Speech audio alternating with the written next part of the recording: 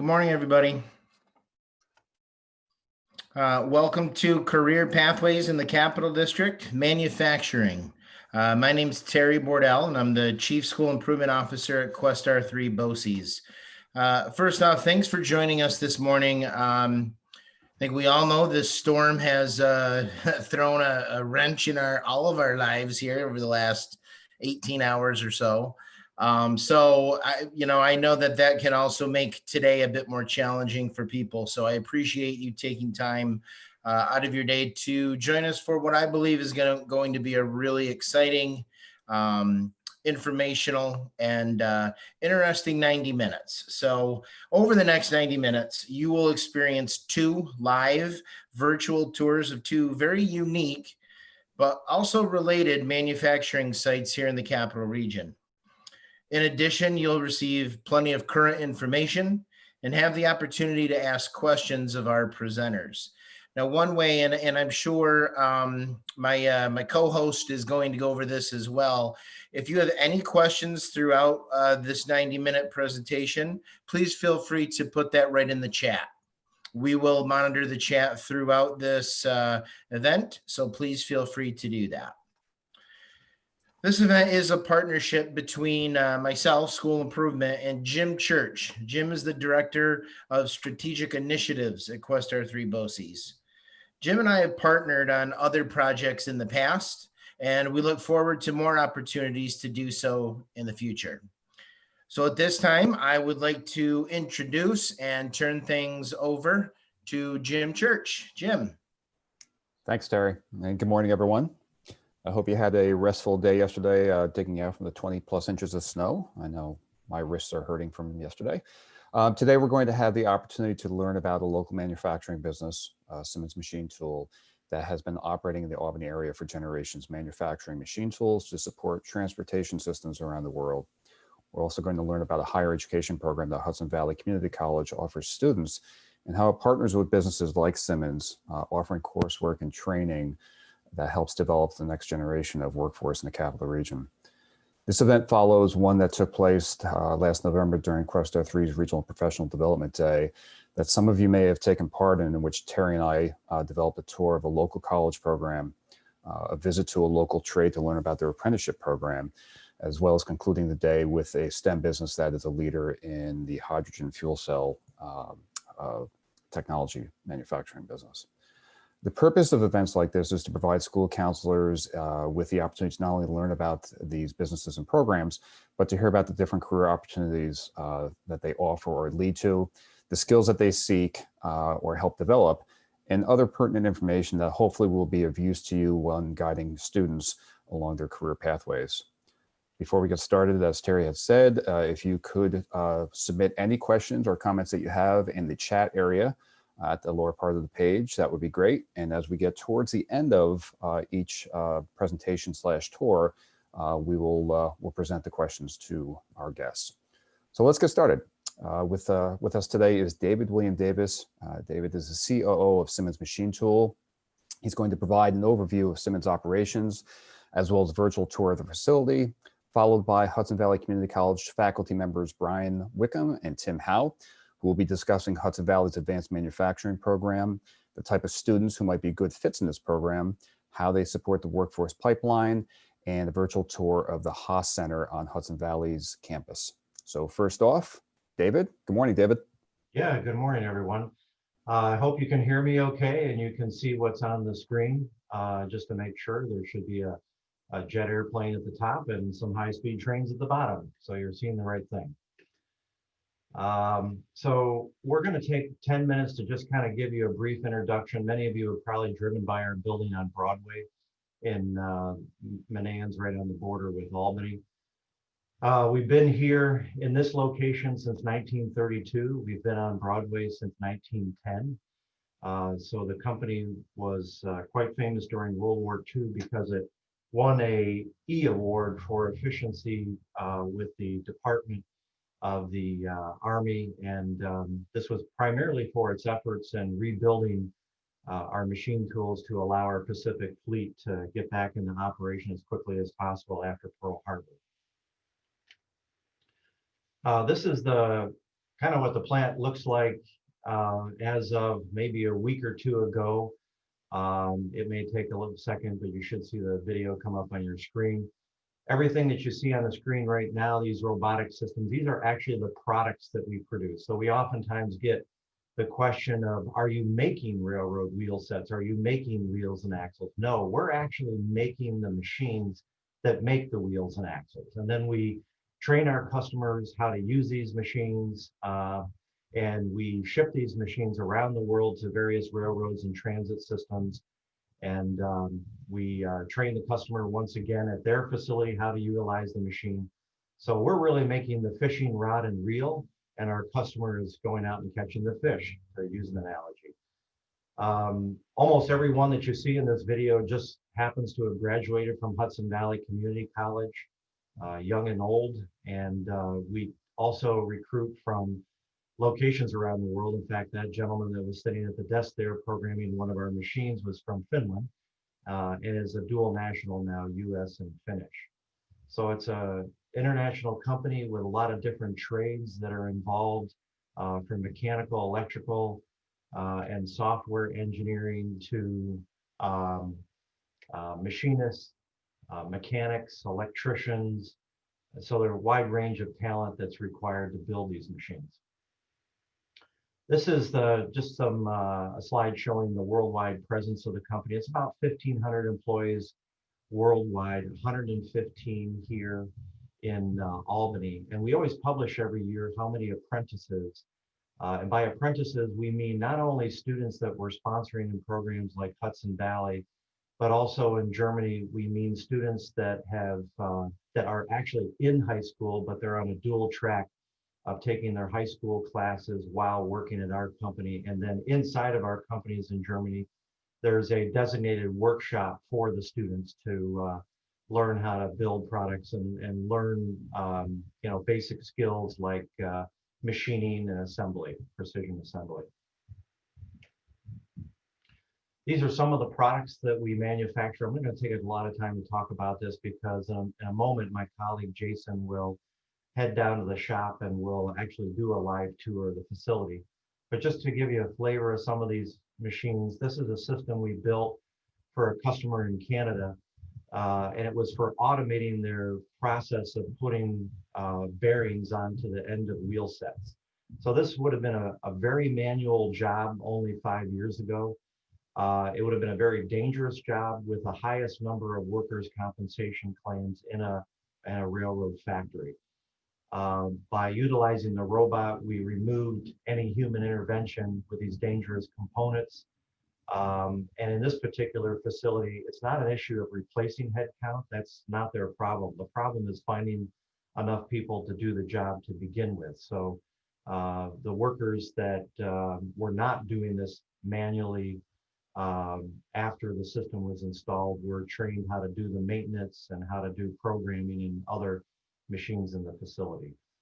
So these are, as you can tell, complex systems. Most of these systems are comprised of 4,000, 5,000 different parts.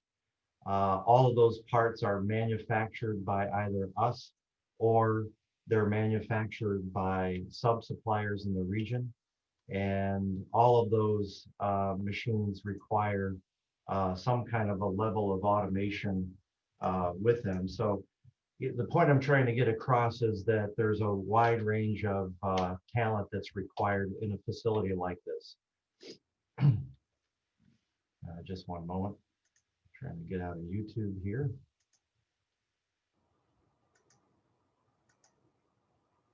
Okay, so Simmons has recently entered into a new business that's working with one of our sister companies in Germany, which manufactures machines for the aerospace and defense industry. And we hope to be building a new technical application center, which is what we're showing here in the computer rendering next to two of our existing facilities here in Menands. But this is really something we're very excited about, not just because of the potential growth opportunity, but the pipeline of talent that we've developed with Hudson Valley Community College. we have to have challenges for those students. And this may seem kind of strange, but that pipeline has really become the engine for our growth. As we've taken on these new students and then we train them throughout the company, they have ideas of doing things that are different than our current set of employees, and they're taking us into different directions. They're taking us into different technologies that we can apply to build our product, and also leverage their skills in entering new industries. And that's really what we try to do here. Is we're, in simple terms, we're trying to expand our sandbox that they can play within in order to serve not only their own interests, but also to serve the company's interests. And this is kind of a different way of looking at things, because we've always looked at the employer as really determining exactly what the employee is going to be doing. But I think we're actually entering a new era of, let's say, democratization in employment levels, where the skill levels that employees bring into the workforce are so precious and so important that they're actually taking the company in different directions. So this is one of these machines from this new field that we're going into. And when you, Brian Wickham, who's on the phone call today, he is a key individual at the Hudson Valley Community College Advanced Manufacturing Skills Program, and he's going to be talking later. And I'm sure Brian would tell you this is probably one of the most advanced machine tools of its kind. And it's important not only to be able to build these machines correctly, but even more importantly is, how do you train the customer to use it? How does the customer maintain it? How does the customer reprogram the machine once there are part changes or manufacturing design changes? And we often think of robotics and automation replacing employees, but robots do not build themselves. Robots do not program themselves. Robots do not lubricate and maintain themselves. There's a whole level of technicians that's required to do so. And it's programs like Hudson Valley Community College and corporate sponsorships like ours that allow students to develop and mature into these fields.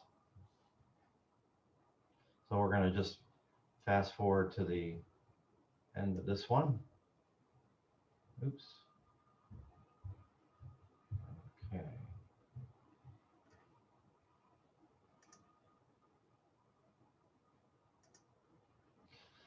Okay, so Jim, how are we doing on time so far?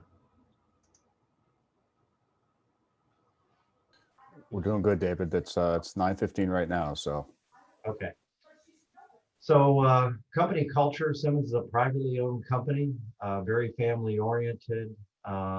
We're very proud to be an integral part of the community. We've had a profit sharing program with all of our employees, union and non-union, since 1986.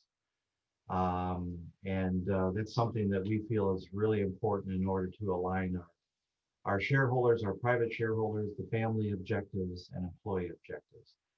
I think benefits, typical for a company that wants to compete in the Capital District, paid time off, 11 holidays, 12 for veterans, health and vision insurance, dental insurance, lucrative 401k program, life insurance program. Company gatherings are very important to us because this is a way of improving our informal communication between management and the employees, and we try to break down all the barriers between union and non-union management and direct workers. We have been very vocal when it comes to vocation educational policy, but also as far as national manufacturing advocacy, because we believe that really we've done a great job in the last 2 to 3 decades of hollowing out the middle class, not by accident, but kind of by design, by shipping jobs overseas and not investing in the skill sets of our employees.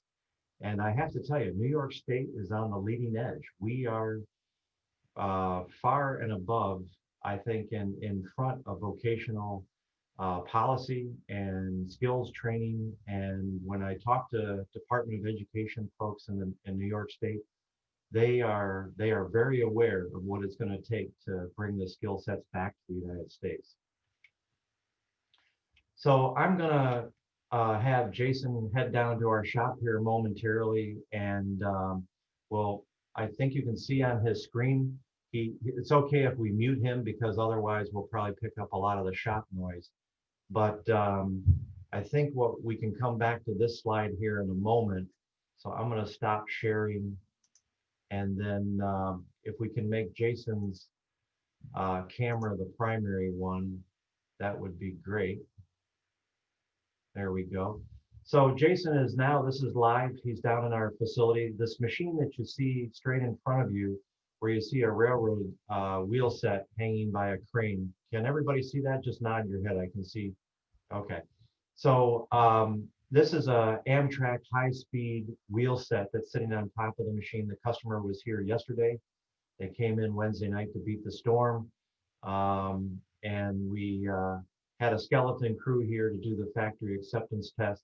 It's about a $5 million machine.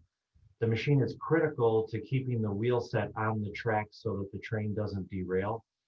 And Jason will walk up the stairs here and kind of give you heads up view. But this machine is essentially, it's two highly complex computer controlled lathes that work in tandem. And it's what we would call an 8-axis CNC lathe. So pretty sophisticated stuff as far as lathes are concerned. So not only do we have to have the people that machine the parts that go into this machine, we have to have the people that know how to do the precision assembly, that know how to operate the machine, that know how to train the customer, that know how to maintain it.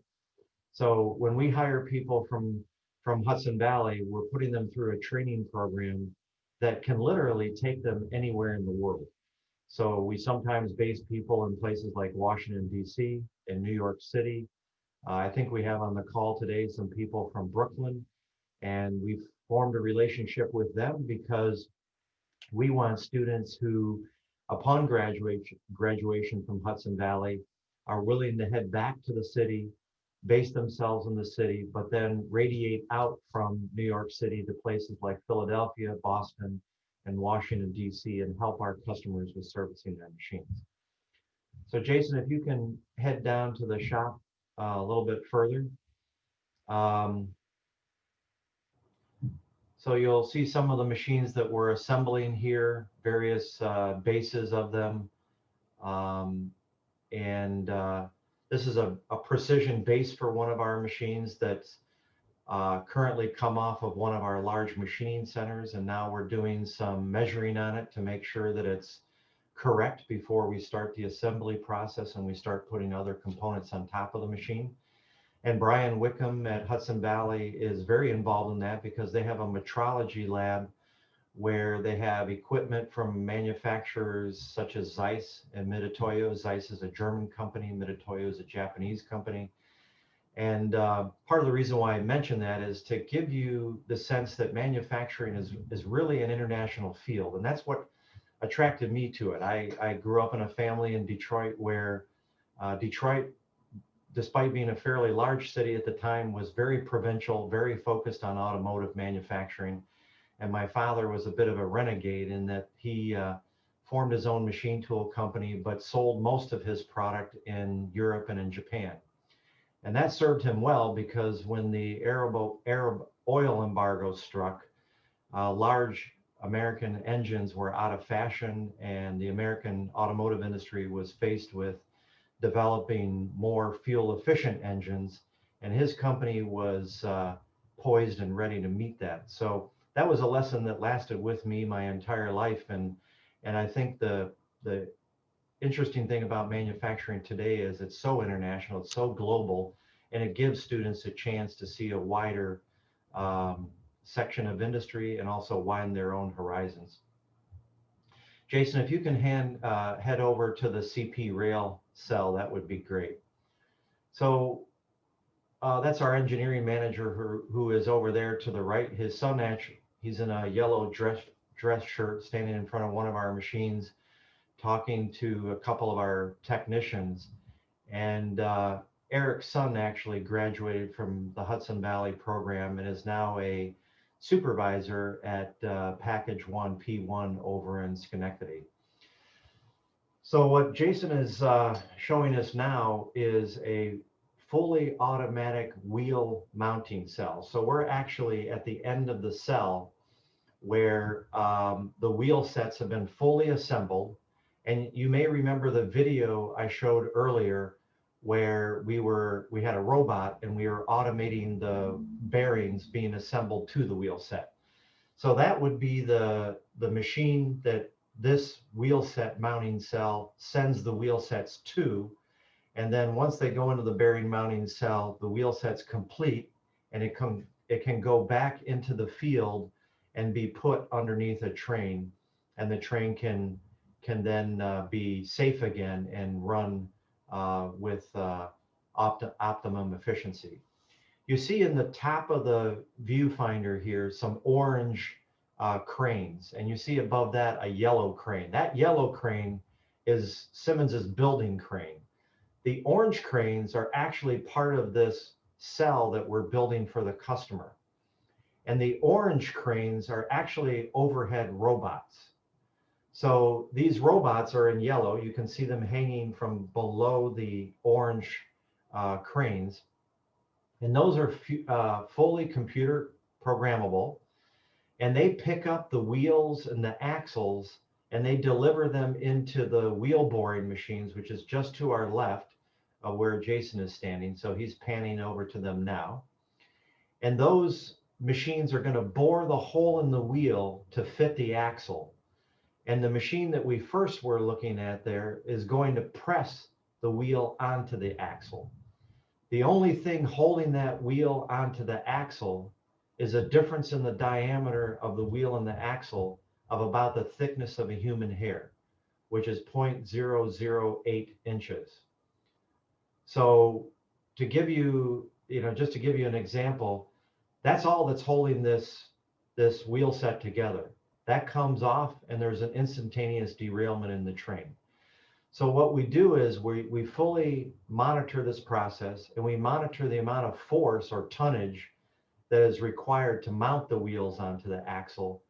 And by the Association of American Railroad rules, and that's a set of guidelines that is used by about 25 different countries throughout the world and was actually adopted by the Soviet Union in 1923.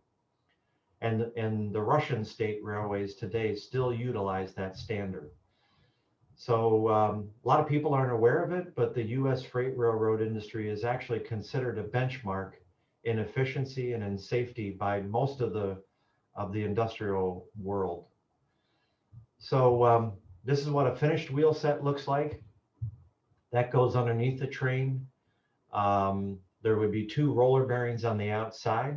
And when that train rolls down the tracks, it's monitored about every 10 kilometers or so by infrared detectors looking for temperatures in the bearings that exceed certain levels, looking for other failures in the wheels. And if it detects it, it sends a message to a central computer that tells the railroad that that particular wheel set needs to be pulled out of service as quickly as possible. If you start to think about all the trades, all the vocations, all the engineering skills that's required not only to build this type of equipment, maintain it, it's really mind-boggling. And that's part of the message that I want to get out to people, because I oftentimes encounter people where we think of automation as shrinking down the employment levels in industry. And that's just not true. It's changing the number of people that are in specific occupations. And that's why retraining, which America, I will just tell you, because I've seen other programs throughout the world, specifically in Germany and Switzerland, we have done a lousy job in retraining our workers. And our politicians have done a lousy job ensuring that government money was available, and our companies and management have done a terrible job in supporting it. So collectively, we've got nowhere to go but up. But we're starting to do it in New York State. Government, education, industry is doing it. And I think we can be a benchmark for the rest of the country. So this kind of gives you a little bit of the flavor. Jason, let's head over to the machine shop and maybe we can meet some of our graduates. It may be difficult to do sound because we'll pick up The shop is relatively quiet, but we might pick up enough background noise to shut off the Zoom microphones. But what we're looking at kind of to the right there is a cell where we are not to the left, but oh, okay, I see what you're doing, Jason. That's good. So there's two of our students that are in a special cell within our machine shop. Cell is a good word in manufacturing. Doesn't mean prison cell. Cell is basically a collection of two or more machines where we try to get some synergies from putting the machines together to make it easier for the machinist to operate them. So these are a couple of our students that are going through full-time classes at Hudson Valley. And while they're not in class, they're able to work here part-time, earn an hourly wage, but also apply the skills that they're learning during the day. And this is something that has been going on at our factories in Germany since about 1883, nonstop through 2 world wars, heavily funded by industry, government, and education. So this is what we're trying to duplicate here in the US, and we have ways of doing it. And I think we have ways of actually making it better than what they've been doing in Germany and Switzerland by applying our Yankee ingenuity and flexibility. So these machines that we're seeing straight ahead of us, they're extremely sophisticated for this day and age. They're advanced 5-axis machines. So you can kind of think of this as the creme de la creme. Each of these machines is close to $1 million per unit. And we have students that have graduated within the last 5 years that are operating these machines and programming these machines. We're looking at some of the parts inside of the machines. This was actually one of our students. Jason, if you can just hold here for a moment, maybe walk up on top of the steps there for a second. If we look at this part that's inside the machine, this is what we call a tombstone fixture. And it's in a position right now, it's hard to see the part that we're making on this, but this is a part that's very important to the profiling of the wheel set profile. So it's very important to the level of precision that we can get on the wheel profile. And that profile is important because that's what's touching the railhead. That's what's interfacing with the railhead and keeping that entire train on the tracks. Now, what's important about this tombstone is that we used to make the components. You can see one sitting there. It's a little rectangle blank. Yeah, Jason's focusing on it now. We used to make those one at a time. What's unique about this tombstone fixture is you can fit 12 of these on the tombstone fixture. Well, what's a big deal? What's so important about that? Well, the guy who's making these parts is a recent graduate of Hudson Valley Community College, the Advanced Manufacturing Skills. And the guy who engineered this part and came up with the idea graduated from the same program 10 years ago, worked with us for 5 years, went back to RPI, utilized the 3+2 program. So 2-year AOS degree at Hudson Valley. He could finish his mechanical engineering degree at RPI in 3 years. Now he's a mechanical engineer. He's a manufacturing engineer at Simmons. Not only was he able to design this part, but according to his instructor at RPI, he was one of the few students in the program that actually knew how to make the parts that he was designing. That's the way you keep jobs in the United States. You don't just design them and rely on China to make them. You have the skill sets here to design and make them. And the real synergy comes from companies like us that realize that and say, you know what? If I can put a community of people together, a community is just a company. If I can put a company together that has the people that can design and make these, and then assemble it into a working product, man, that gives us a competitive advantage that it is hard for our competitors to duplicate. And that's what will really make manufacturing dynamic again in this country, is to be able to have those people that can design and build in one house. So that's just an example. These are the individual components. So what are we able to do now? Well, we can actually let these machines run unattended, because we have the same problem that other manufacturers have. There's not enough students that know, not enough people out there that know how to program these machines. And so the everyone's competing for this skill set of employees. So the more productivity we can get out of a machine, the better. So we've programmed these machines in a way that our guys can work 8 to 10 hours a day, and then they can let the machine run while they're gone another 8 to 10 hours. And that's what this tombstone fixture is about. They can let the machine run unattended, lights out, and when they come in the morning, they can remove good parts from the machine. Oh, there we have someone who's a little bit shy and covering their face. There's Keith. I'm happy to see that everybody's following COVID protocols. Miles Seeley is just there to the right. He graduated from the program 10 years ago. Miles is probably one of our most advanced machinists in the shop now. And he's been all over the world. We've sent him to our factories in Germany to not only take tours of the local area, but to also learn from our other students. That's Miles waving there. And he's responsible for programming a couple of these machines and also training our younger machinists. So when our students come out of Hudson Valley, they're not absolutely ready to jump into a productive role. They spend another at least 2 to 4 years training and being mentored underneath one of our people in the shop. Some of them stay in the machine shop. Some of them go on to mechatronics assembly. That's another program at Hudson Valley that we want to make sure as a manufacturer we nurture. This is one of our older machines that is making some of our parts, and you can see it's making the same part we were looking at earlier with the fixture, but doing them one at a time. A little hard to see because of the coolant that we're using. And these are other CNC machines down the shop row or shop hall here. Howard Flack, who's one of our older machinists with his back to us, he's actively engaged in mentoring the students in that particular work cell that you saw earlier where our students were doing some parts manually. Those machines are configured in such a way that they can make the parts with manual non-computer controlled machines, but then they can flip on a computer control and learn the switch or the transition from manual machining to computer. And Howard guides them in that process.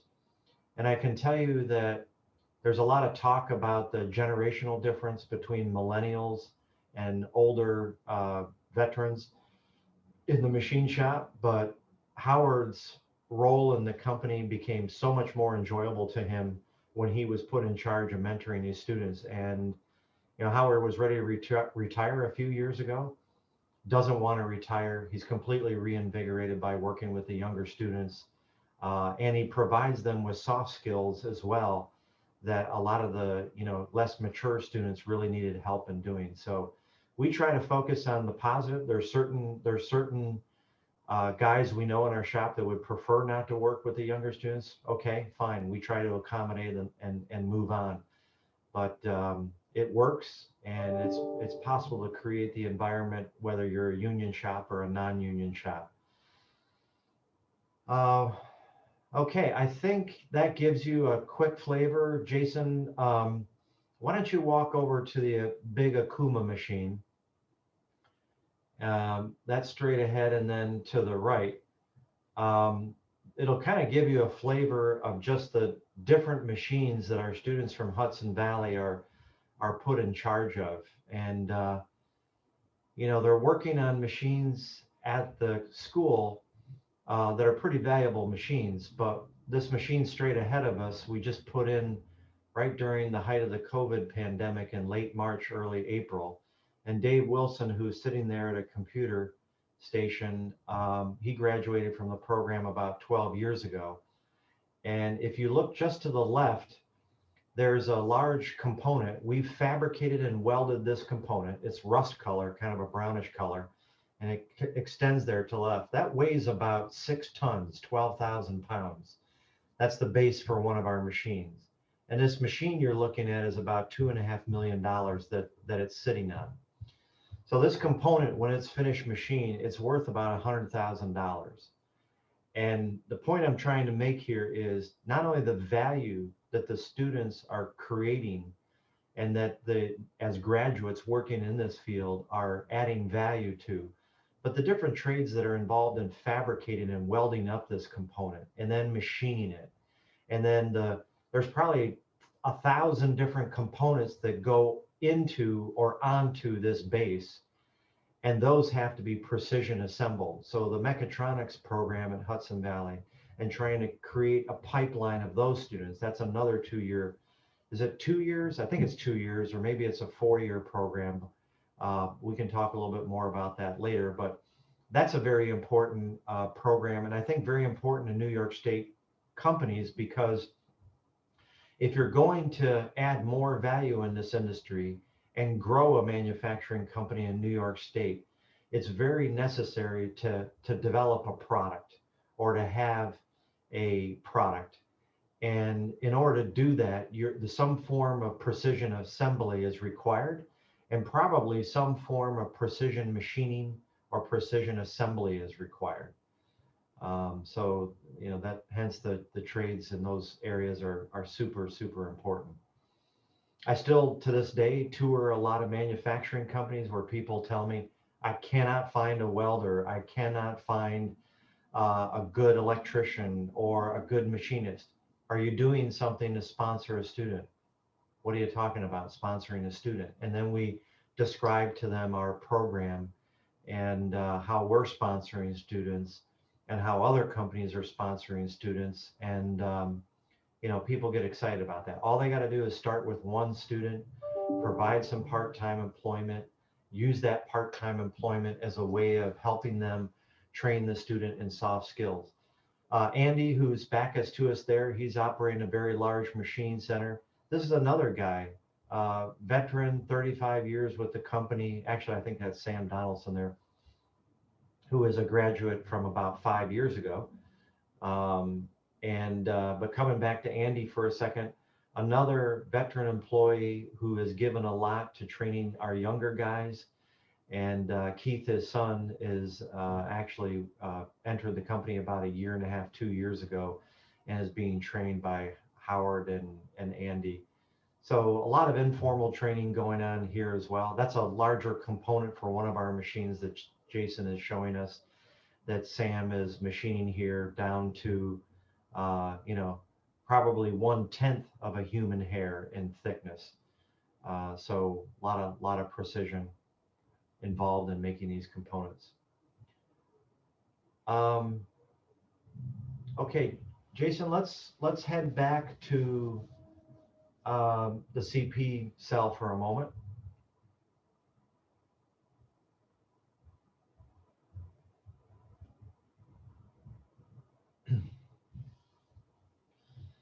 So Jim, I think to kind of tee things up for Hudson Valley Community College and their content, it might be good to just share with everybody the terms of the agreement that we have with our students for our sponsorship at Hudson Valley. And I would say we're probably pretty typical. Every manufacturer and company has some nuances to their agreement with the student, but I think ours is fairly typical. And we'll give the guidance counselors and everyone on this call an idea of what is available to students. Does that sound okay? Okay. So Jason, I'm gonna go back to sharing my screen here for a moment.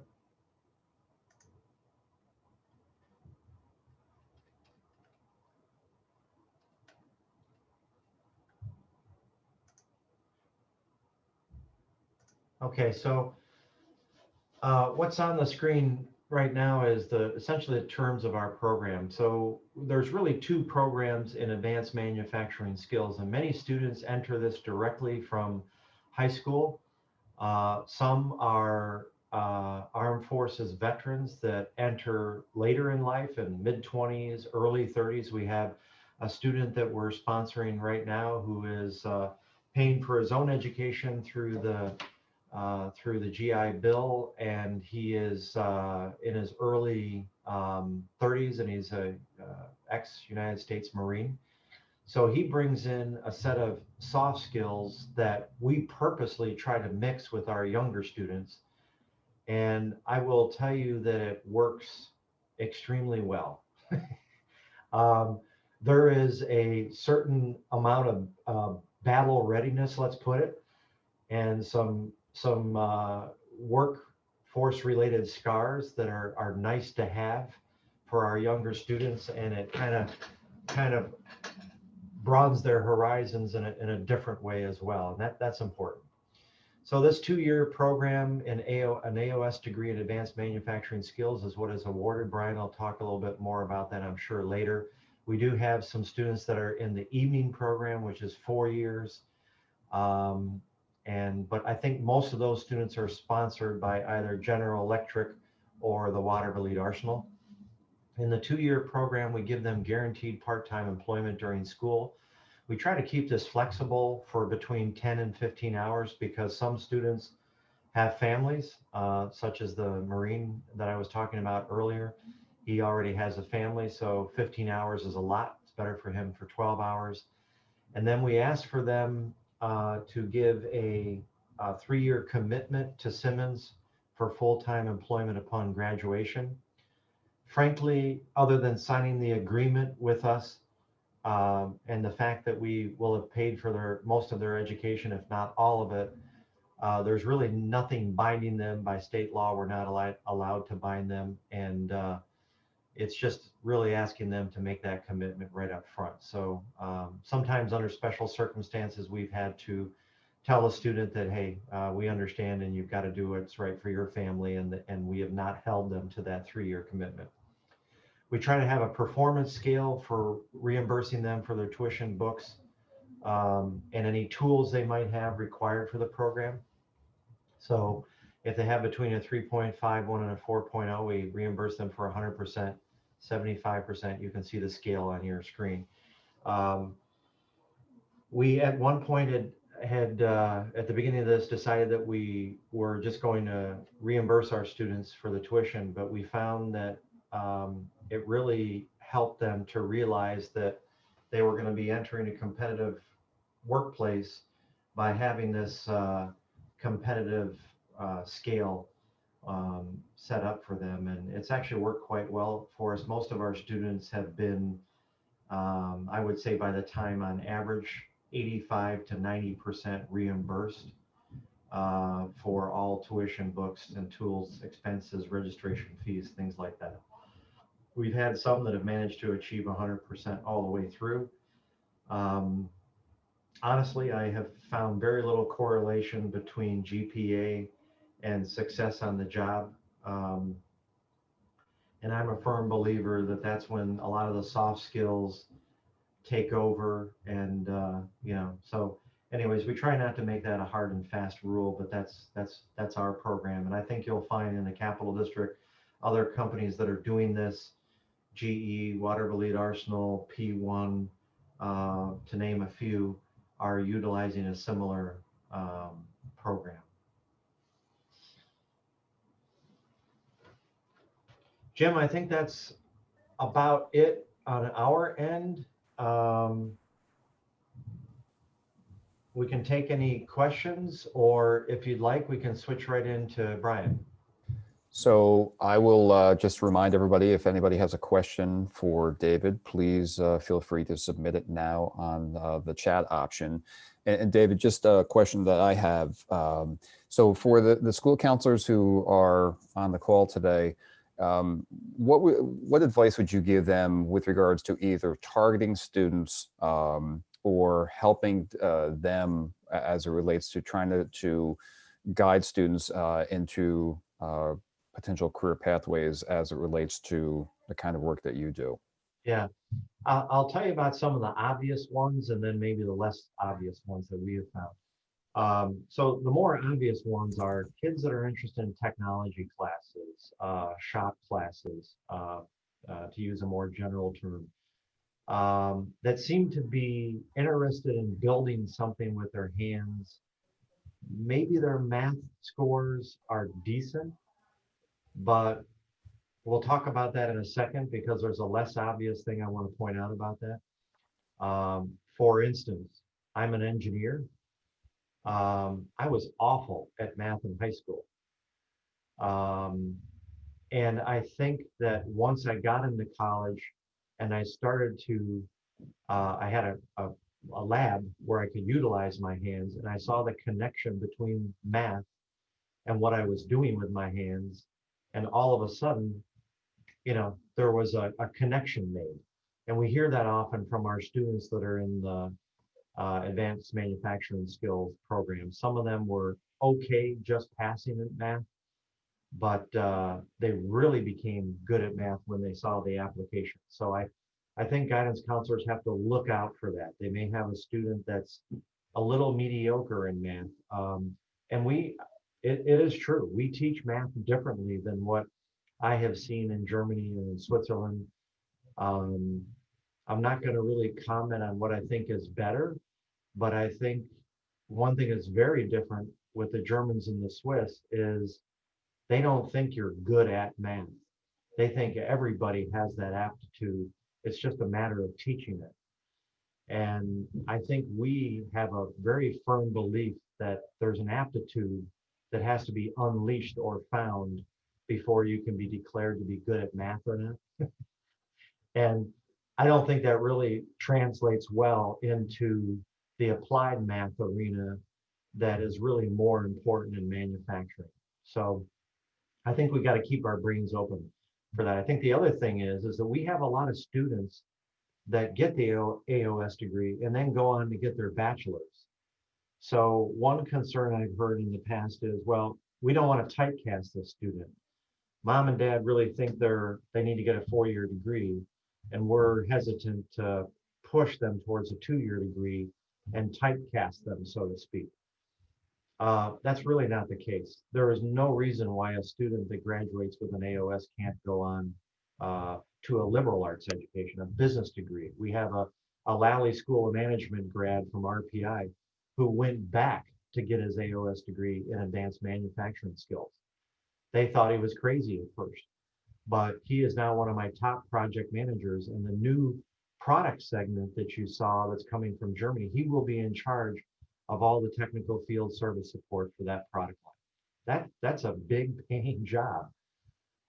So, I think to me, that's the big American advantage over Germany and Switzerland. The Germans tend to really typecast their students. Once a machinist, and once you go through their program, it's very hard. You would never be able to go on to university. It would be nearly impossible. Here in the United States, that's not impossible.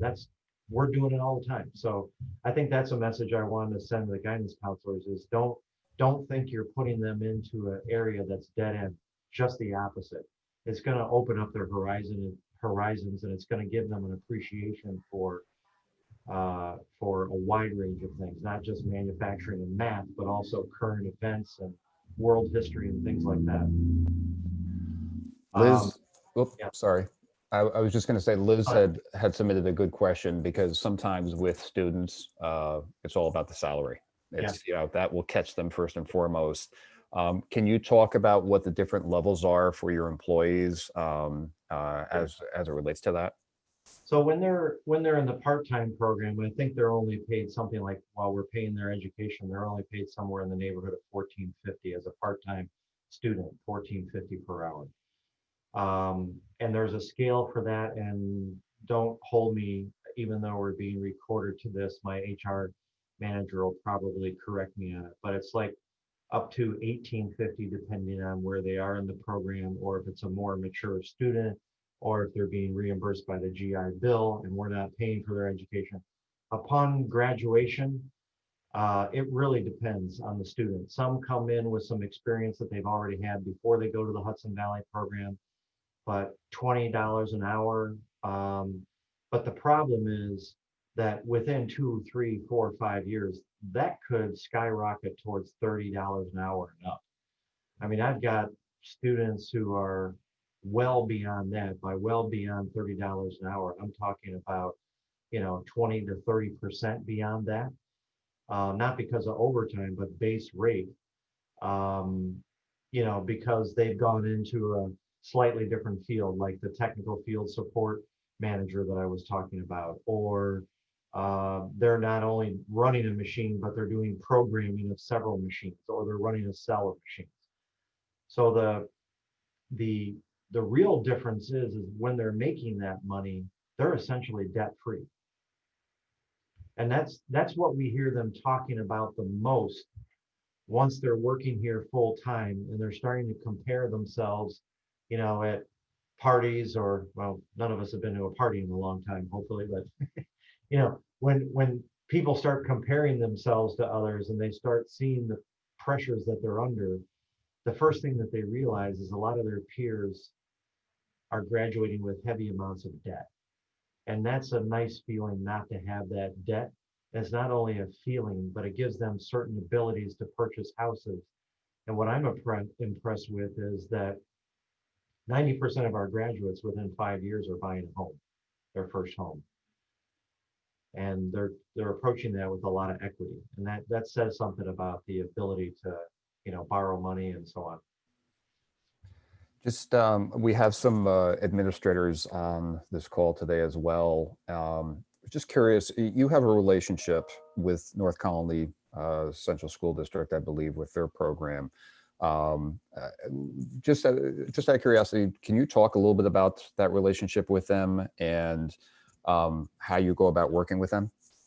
Yeah, and Jim, his last name escapes me, but Chris McDermott, I think, who is the technology teacher at Shaker. He just started this year, but through the Questar program and another program, we paid for much of his summer program here at Simmons to work on our shop floor and kind of learn more about what Simmons is looking for in other manufacturers, but also to see what the careers were like inside of the company, and then transfer those skills and what he's learned into the shop technology course at Shaker High School.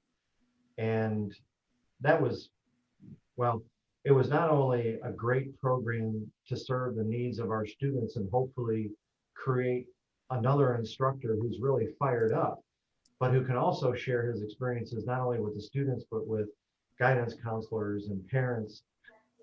That's all great, but it also gave us a lot of hope in that here's another example of state educational policy reaching out and asking the customer, us, hey, what do you need?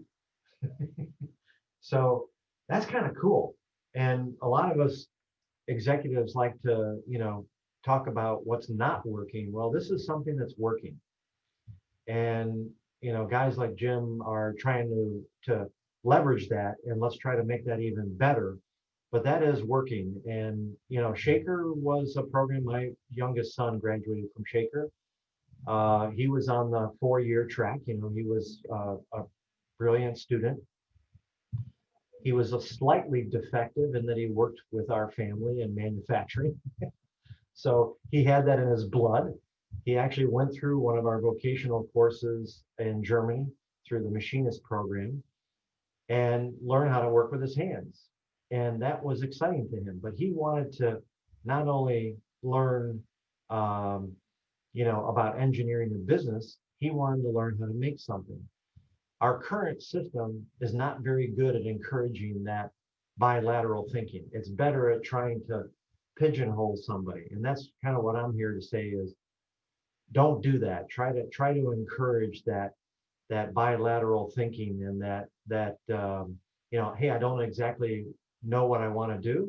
Well, a liberal arts education, there's nothing wrong with that. And I'm not going to be one here to knock it.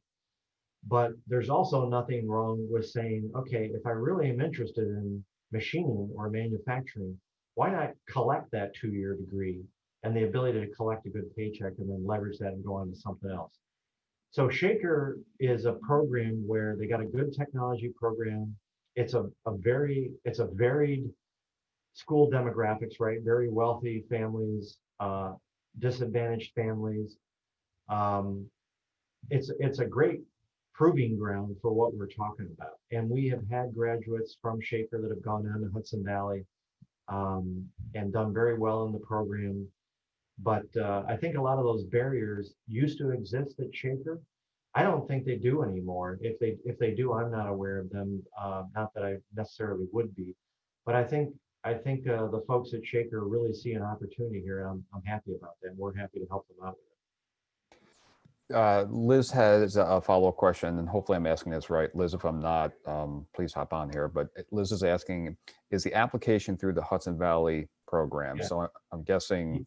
Yes. So Okay. what we essentially do is we many times, in fact, I would say 90% of the time, the students or a student's parent or whatever will contact us and say, how do we get involved in this corporate scholarship that Simmons is doing?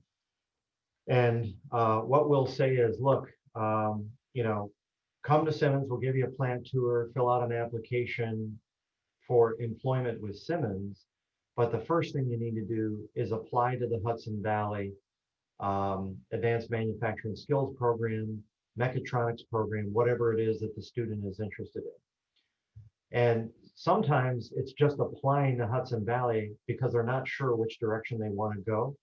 I don't want to put words in Brian Wickham's mouth, but if they've got a student who's applying to the program and they get accepted, even if it's not to their program, Hudson Valley is going to open their doors to a tour or giving the students some kind of way of looking at the program before they make a final decision. So that's not a problem. But yeah, you would apply to Hudson Valley first. And then specifically, if they're interested in Simmons, please contact us. All the information is on our website under the community menu item. And if you click on there, you'll see all the information about the Hudson Valley program. David, because I think you have a client that you're going to be meeting with, we are coming up on 10 o'clock. So I think you had a kind of hard and fast time frame here. So with that being said, I just wanted to say thank you. You know, in addition to this opportunity for our school counselors and administrators, as you mentioned, with regards to Questar 3's STEM research program during the summer, and also Questar 3's youth apprenticeship program that we were introducing this year. You've been great with regards to looking to develop partnerships with the organization. And just wanted to say thank you for taking the time today, and also for Jason to give us a virtual tour of your facility. Well, thank you very much, and thank you for all the excellent work you're doing, and all the educators, policymakers, guidance counselors on this phone call. Thank you very much for all you're doing, especially in this difficult year. Really appreciate it. Well, we appreciate it as well. Happy holidays to you, and I look forward to catching up with you when the new year rolls around. Yes, thank you. All right, thanks. Take care. So we are going to shift now to Hudson Valley Community College's Advanced Manufacturing Program. As you guys may be aware, last year, I believe it was, that they opened up their new Gene F. Haas Advanced Manufacturing Center. I believe that was a 37,000 square foot facility for advanced manufacturing training that is now up on the campus. And joining us today are Brian Wickham and also Tim Howe, I'm sorry, who are faculty members for Hudson Valley Community College. Terry and I thought it would be interesting to partner a business and a college program to not only have the college talk about the program, obviously, itself, but also with regards to what are the skill sets that they are helping students develop, what do they look for in students, how they partner with the business with regards to the courses that they offer to support workforce development. And without further ado, I'm going to throw this over to Brian and Tim. Good morning, guys. Good morning. Can you hear us? Yes. Excellent. Okay. So we are actually sitting in the CAM center now, so that's why we're all masked and ready to go here. We will give you a virtual tour in a little bit. A couple of things to feed on what Dave was saying. Tim and myself both went through the program. Tim is working on his bachelor's degree now. He came from us from General Electric and also Gurley Precision.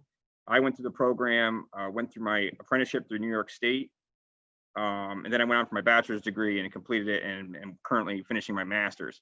So the whole, you can go to school while working. That's the big thing that we do. Pretty much anybody who goes on to school in this program does it part-time, or if they're very motivated, they do it full-time, but they are working while going to school. So to say to somebody that go be a machinist, a welder, industrial mechanic, you're not stuck. Most of us don't want to go to school until we go to school and realize, oh, that we like school. And then you continue. That goes on with what Dave was talking about, math. I didn't like math in high school. Tim didn't like math in high school. But when you go to work and you need math to do your job, suddenly trigonometry is really easy, because you're getting shown to you that, oh, I need to know this. This is not, the shadow cast by the tree. This is something I have to learn to make money. So, and then you just learn. It's really not, it's amazing when you expose students who are not necessarily academic now to a trade, and they realize that a lot of the skills they're learning in general education all of a sudden become critical. You'll do better, whether it's in high school or in college. Most of our students come in and they either want to do this or they picked a random trade. And our current situation now is most of our better students have some sort of mechanical background coming in, whether it's automotive, something. A lot of students coming in now end up not having any mechanical background, and we work with that too. So the best students though tend to be mechanical, some sort of mechanical aptitude or drive to be here. I came in here knowing I want to be a machinist. I got exposed to it at an automotive machine shop, and it came from cars. Saw the machine shop, want to be a machinist. Some people that we get like the ability to make things, whatever they are. Could be artists, could be anything. We've had luthiers in the program, some people who are carpenters, but they want to get into this field, whether they like it or it's for more money or whatever. A lot of the skills that we teach not only are based on what we've done in the past and they've grown, but they're based on feedback we get from Simmons Machine Tool, Watervliet Arsenal, Package One, any of these local companies. We ask them regularly. This year has been interesting with the coronavirus, but we have what's called our advisory board, and they give us feedback on what they need, what we're doing, is there any changes that need to be made, and that's how we base our curriculum. We also base it on most of the newer faculty here. We work in industry still and have a lot of industry contact. So we base it on our own current experience on what's going on in industry, which is kind of nice because we see it firsthand when we work in industry over our winter breaks and summer breaks or any consulting we may do. So we see it firsthand on what needs to be done, and we find that very important. Also, with the new building, we have a lot of partners, and those partners also come to us and say, this is what we're doing. This is going to be standard in 5 years, start implementing it. So a lot of our computer software, they tell us, in 5 years, we plan to be, this is standard, this is obsolete. So we can slowly phase that in because, everything in this field, everything moves so fast. You have to stay like a couple years ahead, because by the time it's here, you have to learn it and be able to teach it. So we have to stay ahead, even just for, to keep the students as current as possible. That's not to say that we don't get into the fundamentals. Mr. Howe is one of our main teachers for the fundamentals courses on the manual side. So you saw it at Simmons, the 2 younger students working on the Bridgeports or the manual machines. We have an entire shop we'll show you full of them. And that's really important for the fundamentals for us. Right? Our program includes not only the machinist side of things, which is really our core. We have a little bit of welding, a little bit of mechatronics, industrial maintenance type stuff. We have a lot of QC, as Dave mentioned. We have Zeiss machines for advanced metrology. We also do a little bit of 3D printing and metallurgy. So we have 5 labs here. The 2 main core machine shops, which we'll show you, and then we also have the 3 smaller labs. They're not small, but they do each individual topic. To go back on what Dave was saying, we are also starting a program in welding. So it's all welding, structural welding, things like that, welding and fabrication. We're also starting a program. We're revising a program in mechatronics. Currently, I'm on that committee. Mr. Howe is mainly in charge of the welding, the new welding program going next door. So we are trying to be a skilled trades place to be here, because again, working with, you know, Dave Davis and the Arsenal and all these, and they're just the big two right across the river. So there's a lot of smaller shops in the area. We work with them and they need all these people, and there's just not enough.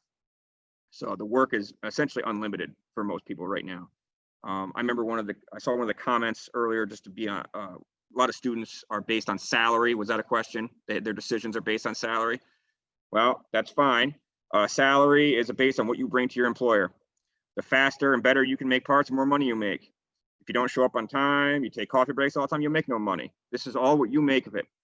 The faster and more accurate you are, the more money you make, because you get more of a cut of what the employer, you know, the employer has to make money on your salary.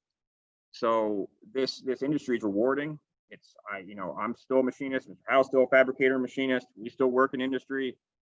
The key here is that you get out what you put into it for your employer. You have to be able to produce, and you have to work hard, and the salaries go right with that. And that's what, you know, what Dave was trying to say. And even apprenticeships are based on that. You know, the more skills you have, the more money you make. So if that's a response to one of the questions I saw in the chat, because salary is everything, but you just don't get paid a lot just for saying that you're a machinist. That's not the way this works. You go in, you show what you can do, and hopefully, you know, don't lie in your resumes, because they're going to expect you to do X, Y, Z the minute you walk in. And if you can't, oh well, they'll find, you know, it is what it is. So if Mr. Howe has anything to add, if not, we'll show you a quick tour of the building. I do apologize. One of our rooms is closed due to it needs to be cleaned. So for a COVID-related thing is my understanding, which I found out about this morning. So we'll show you that through this one window here. And you can ask questions throughout this. Mr. Howe will take over probably in the fabrication side of things and where he works, and I'll take over the rest of it. And we'll continue. So let me plug in my camera so I don't have to show you through a laptop, and we'll see how this works.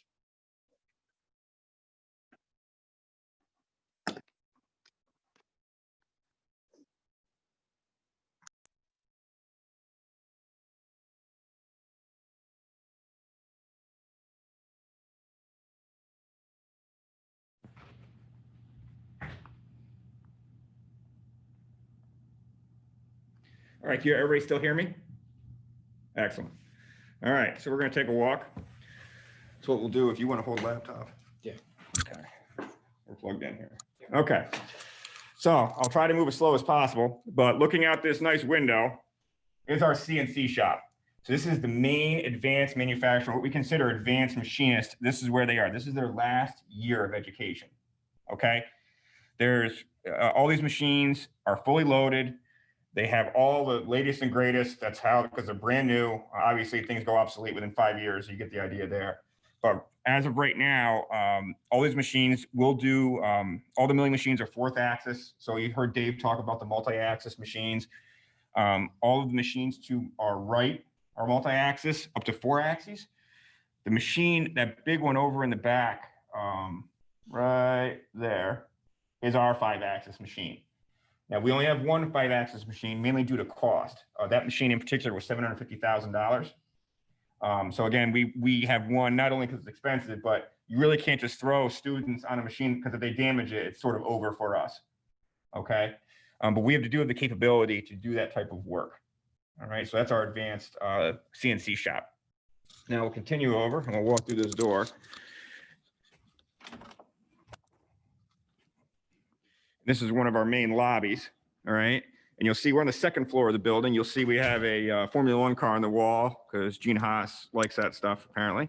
So that's a real Formula 1 car. That was really pretty impressive to watch them install on the wall. But there it is. So we're walking down the stairs now. And as we walk down these stairs, you'll see different capstone projects that the student makes. So if you ever go to Simmons, you'll see these projects all over the place. These are different projects that the senior students make every year from scratch. Everything you see on there was manufactured here. Okay, go down here.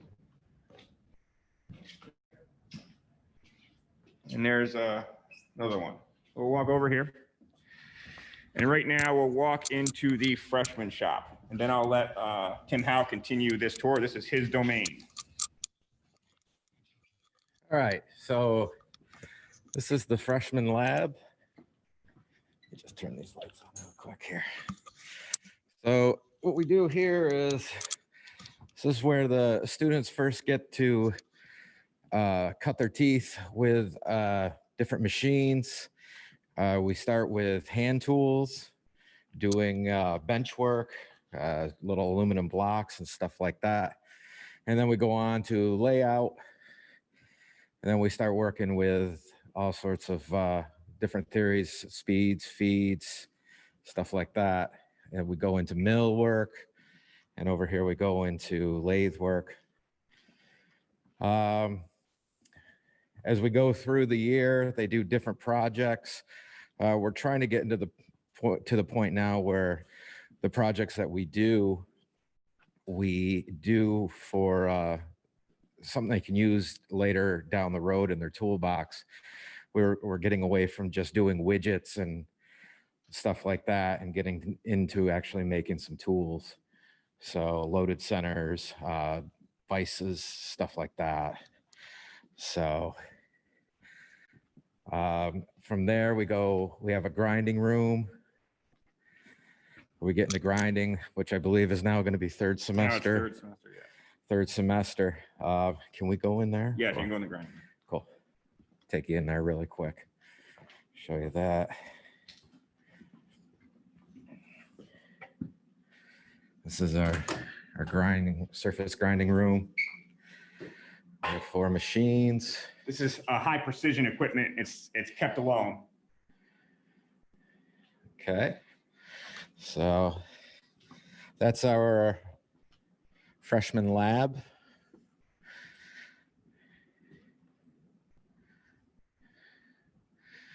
All right, we taking them down. Maintenance. Maintenance. So one of the good things that we get to teach here now with the new facility is that I'll bring you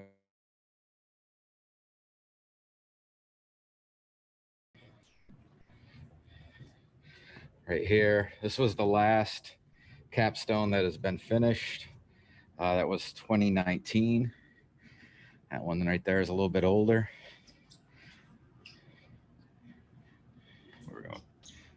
Just kind of looking around. So, as I was saying, when we get into now that we have a new facility, we can open up and do more things. And one of them is to teach the students not only to run the machines, but also to be able to maybe do minor repairs and fixing the machines. And that's where we come into here. This is our maintenance lab. And in here, we'll be taking apart Bridgeport heads, basically let them figure out how things work. It's great to be able to go through and machine parts, but if something goes down and if you can fix it quick, or if you can be part of the solution of fixing it, that's always a great thing. Over here, we get into our fabrication, where we get into welding and sheet metal work. And like Brian said earlier, we're putting together a welding program right now that will get us into higher stuff like structural type welding, stick, stuff like that. These are some more of our fabrication, everything from notching, bead rolling, bending. One of our pride and joys right here, the English wheel. We have slip rollers and other things like that. We have ovens to do heat treating in. And that's our maintenance lab. This is taken fourth semester before they get shipped out of here and go into industry. So one last look at that. So that's what I have. Do you want to take it over into the... All right, so we're kind of working this by discipline. We're heading over now to the metrology room, and you'll see some of my students are in here. So in the metrology room, you'll see 3 Zeiss CMMs, among other surface plates and precision measurement. This room is kept sort of separate. This is high accuracy metrology. So this is another field that, to get into, this is separate from machining. There are people that actually run and program these separately. That's their job, to be metrologists and run this kind of equipment. It is fairly high paying, but it's not easy. So there's a lot going on here. I know that Simmons actually has his like CMM.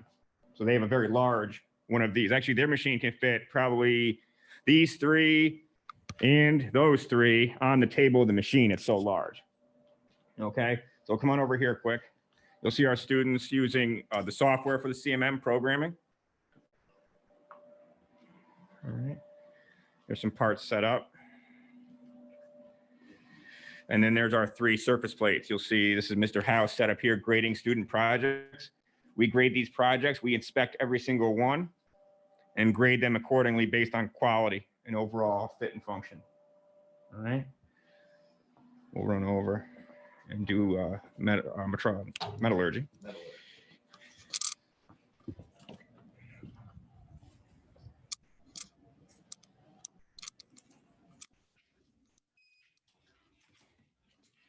All right, so this is our metallurgy lab. This is sort of our engineering room. Our local engineering teacher, Mr. Odell, is not here today, but this is his domain. You'll see his green screen for his online content. But we teach them basic metallography, so how to look at samples, at a microstructure, ask for post-heat treatment, things like that.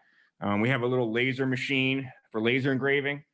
Our 4 3D printers, and these are not MakerBots. These are we use these for fixturing a lot. They are high-end Markforged printers. They print in carbon fiber and Kevlar. And then we have tensile testing and different hardness testers over here. All right, and again, it looks very similar to the metrology room. It's almost identical, except for it has different equipment in it for a different discipline. Okay, over here. All right, then what we'll do is we'll take a quick peek upstairs, and that'll be about it. I think, Jim, am I good for time? He nodded. Yes, you are. And just as you're walking along, Gene had a question with regards to what is the Zeiss CMM? It's a coordinate measuring machine. So essentially, let's go back, I'll show you.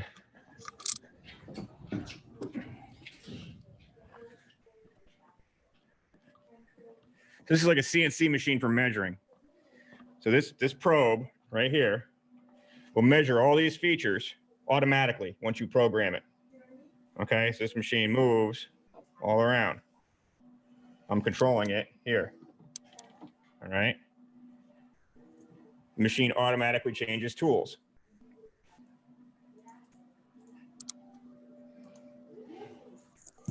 Hopefully.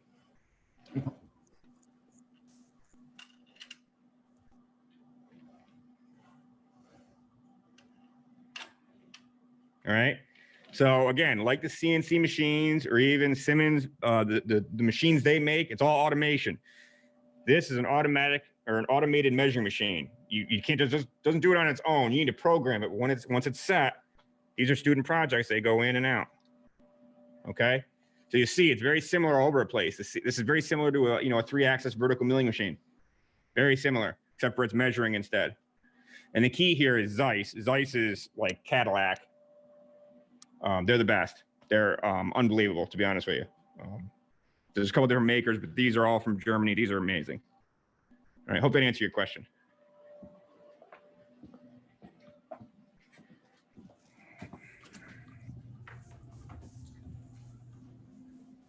So now we're heading upstairs, and we'll take a look at our classrooms. And these are mainly used for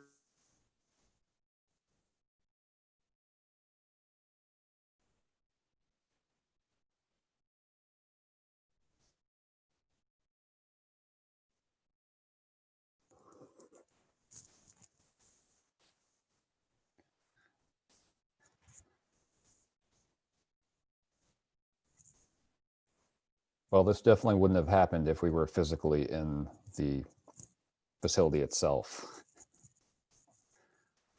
Brian did say the whole building is Wi-Fi'd, so Hopefully we'll pick them back up in a second here.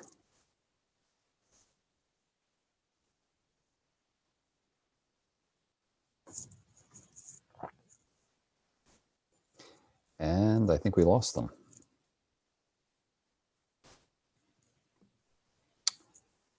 So we can wait a minute or two, because I know we're coming up on the 10:30 time frame here to wrap up this event.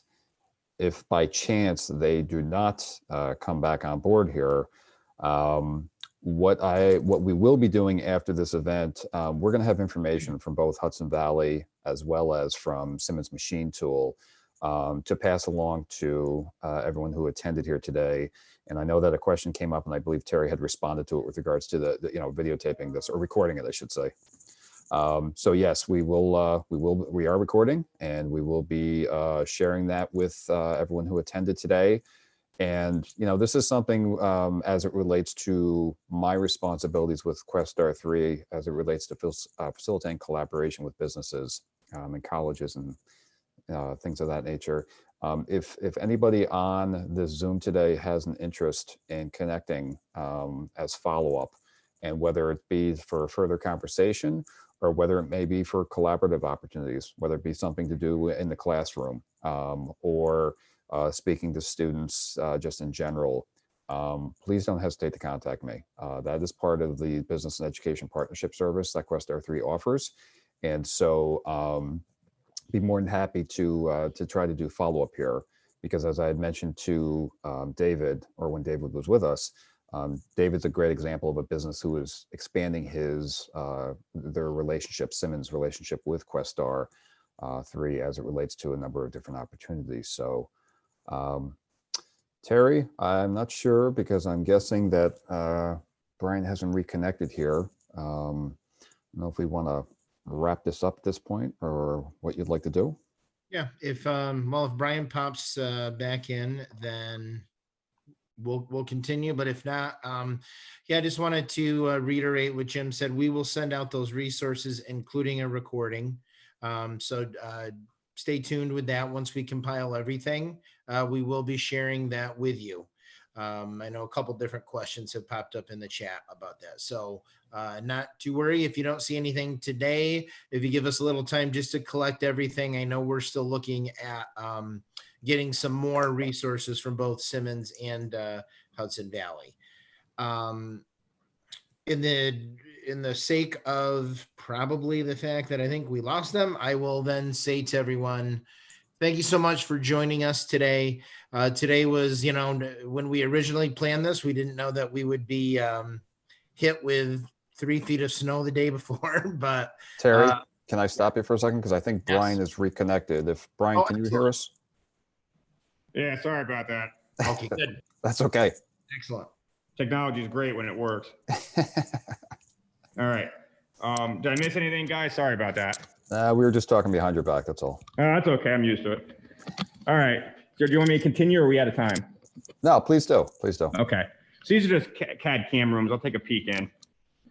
Computer labs. All right. Pretty generic. The key is the software and our partnerships to achieve that. This is one of our larger, this room is interesting. We use this for conferences here.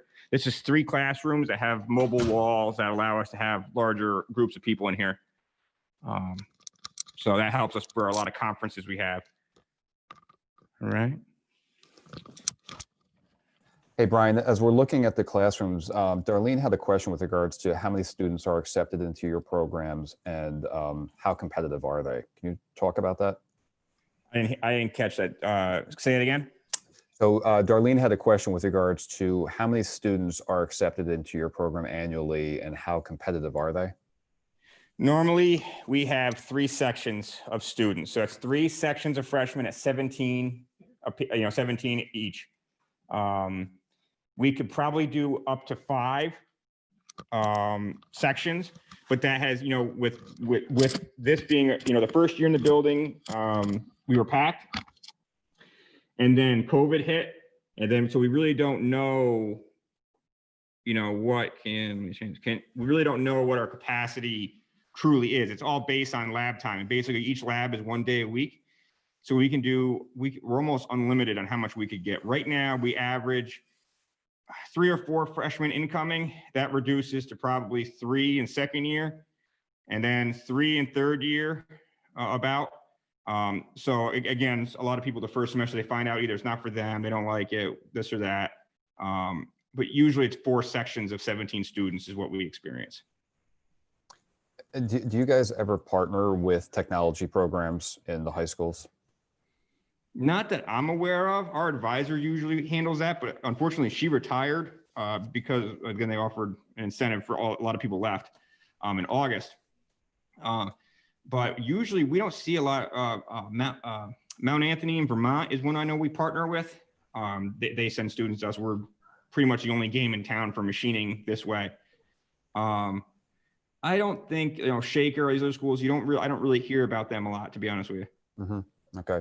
Well, Donna Shepherdson from East Greenbush was inquiring about that. That might be a follow-up conversation where there's interest in connecting with you guys. So, right. And then Liz asked, what is the age range for the applicants in your program, and are high school kids competing with older adults? Yes, 18 to 60. We got everybody. The Watervliet Arsenal night program, they're all my age and up. So they're in their 30s and older, and they could be, who knows? The young kids compete. I'll be honest, number one problem with the younger kids is they don't want to work. So I know everybody knows that already. I say that to all these high schools that come in and they look at me like, yeah, we know. So we have a time clock down in the freshman lab. They have to punch in, and some of them even they don't want to punch in. And I'm like, I punch a clock. Mr. Howe punches a clock. I don't see the problem. And they have like a stigma. And it's like, who are you? I don't understand where some of these things come from. But once if they like it, then they live here. They don't leave. You have to I have students down there now, and they're not supposed to be here. I don't know why they're here. They're finishing stuff up and they're doing extra. They don't leave because they realize that this place is great. You got everything everyone to learn here in the new building. But yeah, number one thing for us is getting them to work and show up. Well, that ties into a question I was going to ask, because I was going to say David had mentioned about the soft skills and about how they have mentoring, and we always hear about how students, that's something that seems to be lacking these days. The question I was going to ask you is that what do you perceive from the higher education end of not so much lacking, but what are there things out there that we could be advising students to be, whether it be better prepared or just from the education perspective beyond what you were just sharing? Yeah, the biggest thing I would say is they need to know what this is. They need to know that it's not just free money. You got to work. Is it rewarding? Yes. Do you get it? Nothing is free. They also, you got to hook. This is also not like vocational studies has gotten a bad rap as being like, well, you can't hang in high school, so here you go. And even like my father said that to me when I was in high school. And looking back, it's like, that's not always the case. These skills and, being a machinist and stuff, it's hard. It is not easy. And, again, Dave Davis said it, a lot of the engineers, they can't make what they're designing, which is why their designs are flawed. That's why they cost $3 million. And then it goes through all these steps to fix it. When if the engineer can actually make and know how to make something, they get paid more. Because let's face it, you have the best design in the world. If nobody's going to pay for it, if nobody's going to buy it, then it's worthless. That's the cold hard math. So, but a lot of schools struggle with that. Our RPI, the hands-on stuff, all these engineering schools, a lot of students in here get opened up to manufacturing engineering as a whole. So even though they might, let's say RPI, like they see calculus through DiffEQ and they're like, no way. If they learn on the floor and come here, then the math, when it has an application, I know I said this earlier, all of a sudden they go to RPI and it's okay, no big deal. What you got to do is set the hook and show them the truth. That's hard. It's hard. And I knew what I wanted to do right away. That was my input. I saw where I was going and I was anti-math. Then I got in the industry and it was like a huge slap in the face. Like you wish you paid attention. But a lot of the students in the vocations, I think that's a lot of their issue is some of the academics it's not applied enough for them. And they're very smart and they just need the right place to grow. And then all of a sudden going for a 4 year is no big deal. Mr. Howe found that out. Yeah. He did a class and we all had online classes for the first time. He goes, oh, I'm writing all this stuff and doing all this research for this class. It's just like going to school. Yes, it is. So it's exposure in the right way. Because you know how it is. They don't listen. I could say this to them till I'm blue in the face. They don't listen until they see it themselves. Mm-hmm. Sure. Well, and I didn't mean to cut you off with regards to the tour, but we're close to 10:30, or we're a little bit over 10:30 now. We're done with all the fun stuff anyway. Yeah.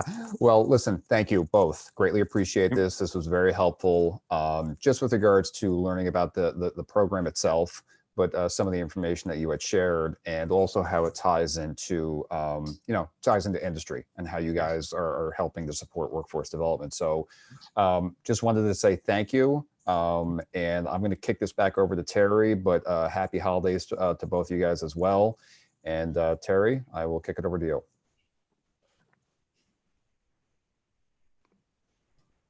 Thanks, Jim. And thanks to all our presenters. What a great 90 minutes this was. When I go back, Jim, to when we were first planning this, and things worked out even better than I think we could have hoped.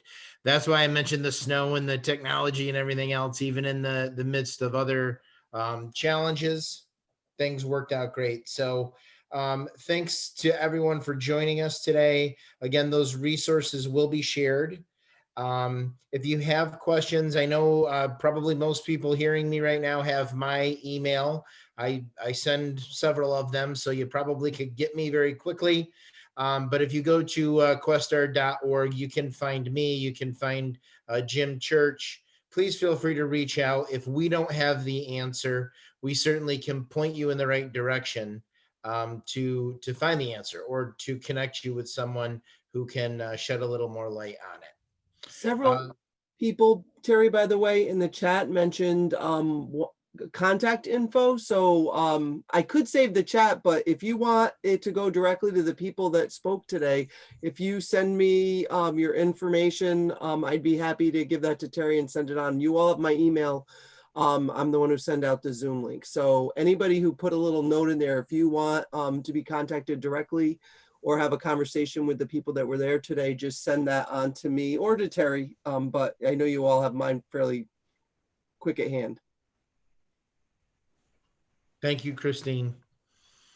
And with that, thanks once again, everyone, for joining us. Happy holidays to everyone. It'll be a different holiday year this year, like everything else. But we wish you the happiest, the safest. Be well. And we wish you a peaceful break. Thanks again, everyone. Take care and have a great day.